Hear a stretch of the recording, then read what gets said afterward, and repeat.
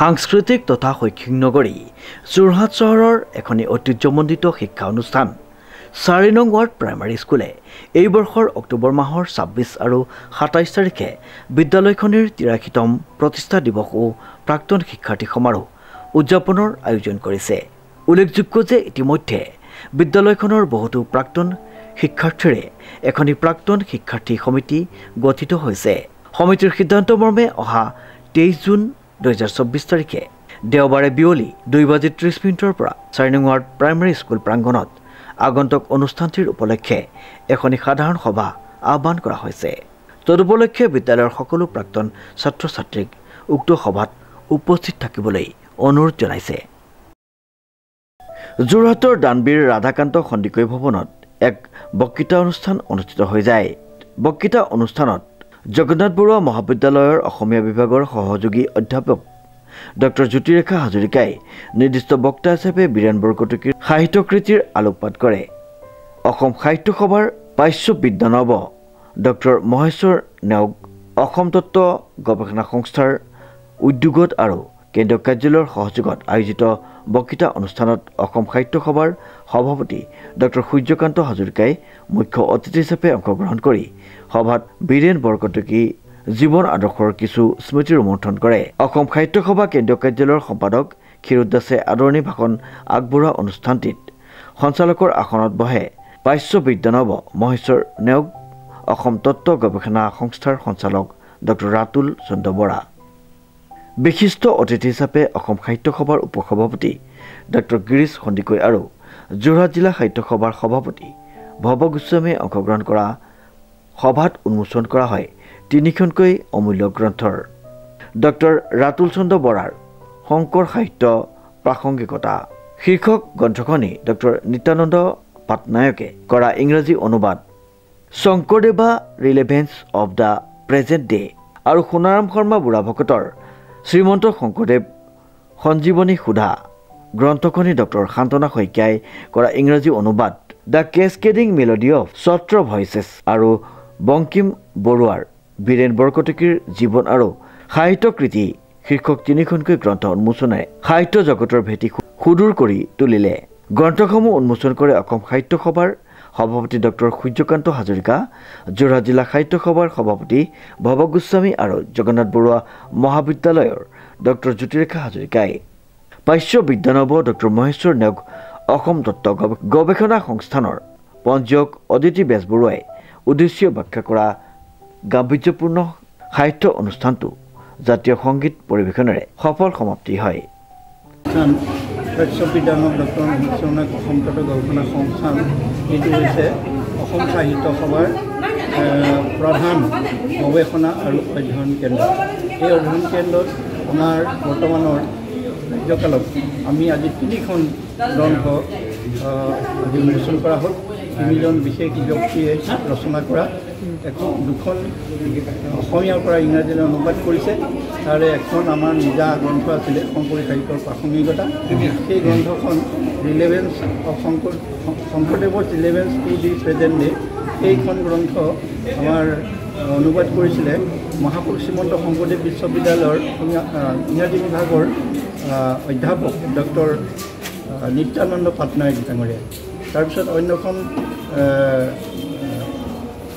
এখন চৰিত তোলা গ্ৰন্থ পুৰণা কিতাপৰ সত্ৰৰ পৰা লিখা এখন গ্ৰন্থ সোণাৰাম শৰ্মা বুঢ়াভকতে লিখা শংকৰদেৱ মাধৱদেৱৰ চৰিত সম্পৰ্কে তেখেতে লিখা গ্ৰন্থখন মহাবিদ্যালয়ৰ বৰ্ষপ্ৰাপ্ত অধ্যাপিকা ডক্টৰ শান্তনা শইকীয়াই সেইখন ইংৰাজীত অনুবাদ কৰিছে, দি কাস্কেডিং মেলোডি অফ সত্ৰ ভইচেছ। আৰু তৃতীয়খন গ্ৰন্থ অসম সাহিত্য সভাৰ প্ৰাক্তন সভাপতি বীৰেন বৰকটকীৰ জীৱন আৰু সাহিত্যকৃতি বিষয়ক তেজপুৰৰ বংকিম বৰুৱাই সেইখন গ্ৰন্থ লিখিছে। সেইখন এখন বৰ ভাল গ্ৰন্থ। সেই 3খন গ্ৰন্থ উন্মোচন হ'ল আৰু ইয়াত মুখ্য অতিথি আছিল অসম সাহিত্য সভাৰ মাননীয় সভাপতি ডক্টৰ সূৰ্যকান্ত হাজৰিকা ডাঙৰীয়া। আৰু তাৰ বাহিৰেও আমাৰ কিতাপৰ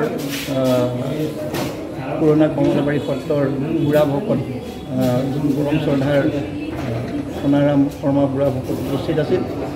যোৰহাট জিলা সাহিত্য সভাৰ সভাপতি ভৱ গোস্বামী ডাঙৰীয়াকে ধৰি আৰু দেৱী বিশ্ববিদ্যালয়ৰ অসমীয়া বিভাগৰ সহযোগী অধ্যাপিকা ডক্টৰ জ্যোতিৰেখা হাজৰিকা আৰু আমাৰ ইয়াত যোৰহাটৰ বাহিৰেও বিশিষ্ট গণ্যমান্য ব্যক্তি উপস্থিত থাকি এই গ্ৰন্থ তিনিখন অনুষ্ঠান কৰা হ'ল। প্ৰাচ্য বিদ্যানক ডক্টৰ মহেশ্বৰনাথ অসম তত্ত্ব গৱেষণা সংস্থানৰ আৰু তিনিখন গৱেষণা গ্ৰন্থ কাম চলি আছে। এখন চলি আছে আমাৰ মৰাণৰ লোক সংস্কৃতিৰ গৱেষক ডক্টৰ অনিল কুমাৰ শৰ্মা ডাঙৰীয়াই। তেখেতে যিটো বসন্ত উৎসৱৰ আমাৰ অসমৰ বিভিন্ন জনগোষ্ঠীয়ে যিবিলাক বসন্ত উৎসৱ বা বহাগ বিহু হিচাপে বেলেগ বেলেগ নামেৰে উদযাপন কৰে, সেইবিলাকৰ নিৰ্দিষ্ট জনগোষ্ঠীৰ নিজা নিজা যিবিলাক কৃষ্টি সংস্কৃতি সেইবিলাক সম্বন্ধিতে লৈ এটা গ্ৰন্থ এখন তিনি প্ৰণয়ন কৰিছে। তাৰ যিটো থিম সেইটো হৈছে যে এই আমাৰ এই বহাগৰ যিটো বসন্ত ঋতুত যিখিনি উৎসৱ পালন কৰা হয় সেইবিলাকৰ মাজতে আমাৰ বিভিন্ন জনগোষ্ঠীৰ জাতি জনগোষ্ঠীৰ সমন্বয়ৰ সেইটো এটা সেইখিনি উৎসৱবিলাকে আমাক প্ৰতিষ্ঠা কৰি আছে যুগে যুগে। গতিকে সেই বস্তুটোক বিদায় এটা আয়তন দিবৰ কাৰণে তেখেতে গৱেষণা কৰি আছে। আৰু এখন গ্ৰন্থ লিখিছে পানীগাঁও কলেজত ডক্টৰ বাবুল বাৰৈ। সেইখন গ্ৰন্থ হৈছে reformative movement in medieval Europe and India, Sankardev and Sankardev. সেই গ্ৰন্থখন তেখেতে লিখি আছে আৰু সেইখন গ্ৰন্থ ইংৰাজী গ্ৰন্থখন প্ৰকাশ হ'ব। আৰু তৃতীয়খন গ্ৰন্থ নগাঁৱৰ প্ৰাক্তন নগাঁও সাহিত্য সভাৰ সভাপতি নাথ তেখেত ৰতিমোহন নাথে সেইখন লিখি আছে। সেইখন ভূপেন হাজৰিকাৰ সাহিত্য আৰু তাৰ সাহিত্যৰ বিশেষ বিশ্লেষণাত্মক দৃষ্টিৰে ভূপেন হাজৰিকাৰ সাহিত্যৰ বিষয়ে এখন গৱেষণাধৰ্মী গ্ৰন্থ লিখি আছে। আৰু তাৰ বাহিৰে আমাৰ 5খন গ্ৰন্থ আমি এইবাৰ প্ৰস্তাৱ কৰিছোঁ। সেই 5খন গ্ৰন্থ আমাৰ ইতিমধ্যে কাম আৰম্ভ হৈছে।